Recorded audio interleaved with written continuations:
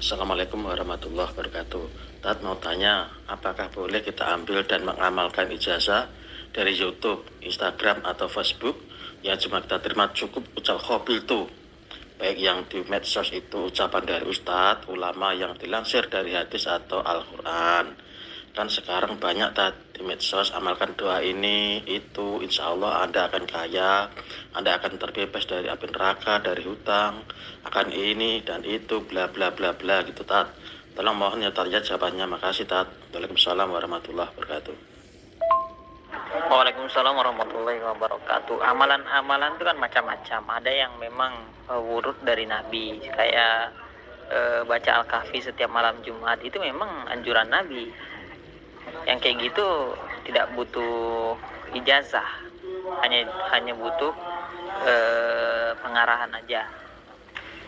Bagaimana cara mengamalkannya, waktu yang terbaik untuk mengamalkan Al-Kahfi misalnya. Kemudian ada bacaan-bacaan sunnah kayak Robbana Atina Fid Dunya, itu kan dianjurkan kapanpun. Itu tidak butuh ijazah untuk mengamalkan itu, langsung diamalkan tidak apa-apa, karena memang sudah ada anjuran. Hanya saja untuk praktek-praktek khusus yang tidak wurud dari Nabi, misalnya baca Fatihah itu kan dianjurkan, langsung diamalkan kapanpun, itu bebas. Cuma ada ulama yang mengajarkan bahwasanya kita baca Fatihah setiap selesai sholat untuk ini dan itu. Nah, yang seperti itu harus ada gurunya. Kenapa? Karena setiap guru itu punya pengalaman. Dia punya pengalaman dan diwariskan dari guru yang punya pengalaman, dan juga punya punya sanad dari guru yang sebelumnya, yang pertama kali mengamalkan, yang punya pengalaman dari amalan tersebut.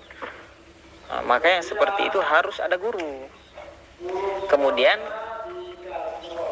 dalam ilmu hadis namanya berguru itu harus ketemu langsung.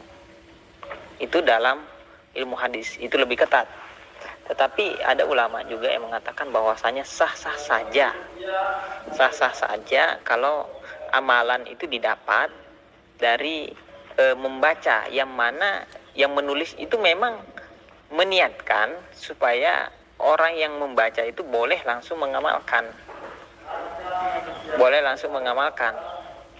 Berbeda kalau dengan privat. Kalau ditulis secara privat, kemudian kita intip terus kita amalkan, itu bahaya juga, ya bahaya. Kita salin keterangan tanpa pengetahuan gurunya, itu bahaya. Karena bisa jadi kita mengamalkan sesuatu dengan sekehendak kita, yang menurut kita itu benar. Akhirnya muncullah salah niat. Misalnya begini, biasakan ada amalan mahabbah supaya orang jadi suka sama kita. Kita baca baca Inna min Sulaiman, baca Al-Fatihah, baca apalagi Robbana innaka jami'an nas, dan macam-macam, supaya tujuannya supaya orang cinta sama kita. Ini ada ulama yang mengamalkan itu, dan masyarakat di sekitarnya cinta sama dia, disayangi sama umat,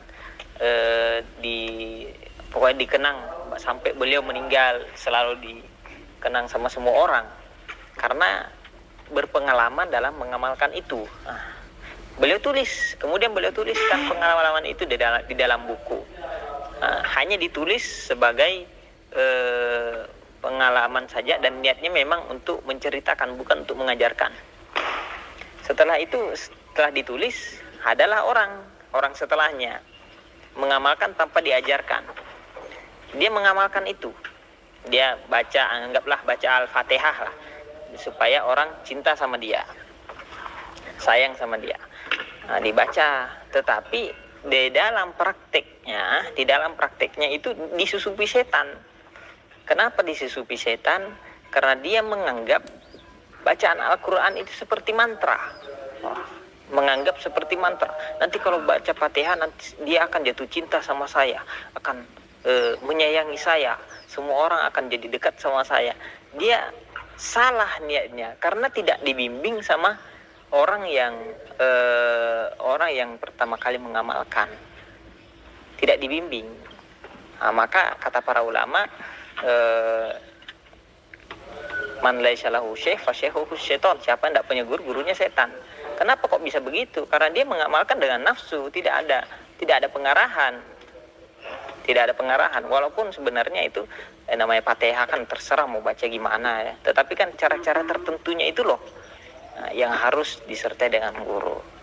Nah, kemudian kalau memang di YouTube, di IG, di TikTok dan lain-lain itu yang menulis adalah orang yang punya sanad, punya pengalaman dalam amalan tersebut, dia bermaksud untuk memberikan ijazah kepada orang yang menonton videonya, maka itu sudah sah-sah saja sebagai ijazah. Kita bilang qabiltu, itu sudah cukup.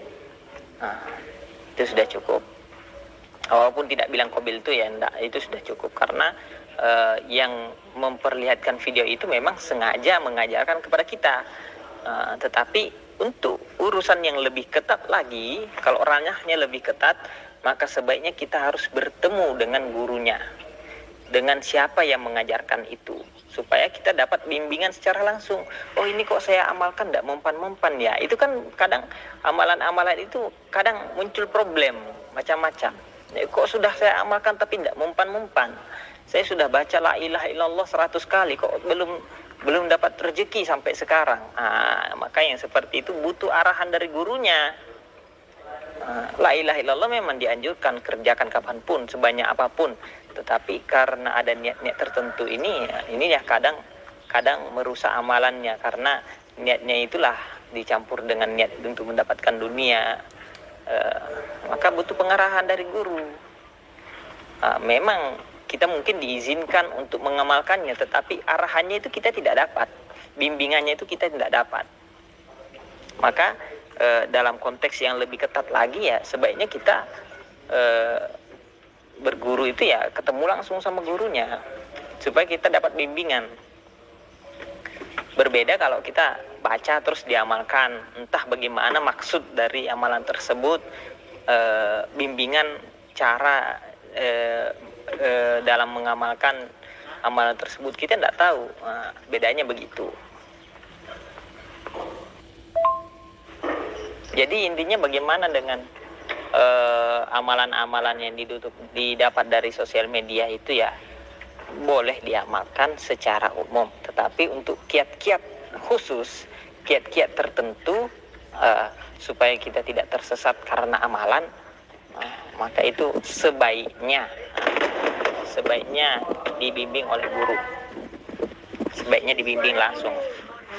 Karena banyak santri-santri atau ustadz-ustadz yang mengajarkan amalan kiat-kiat tertentu, bahkan dia sendiri pun kadang tidak mengerti dengan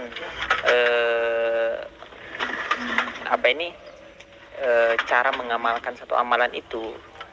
Dia sendiri belum punya pengalaman iman dari amalan tersebut. Kayak ada orang mengajarkan sholat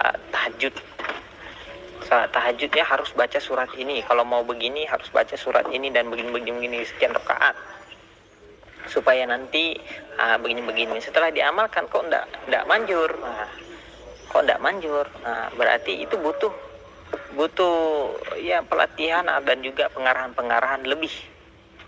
Sementara yang menyampaikan itu belum paham sampai di situ.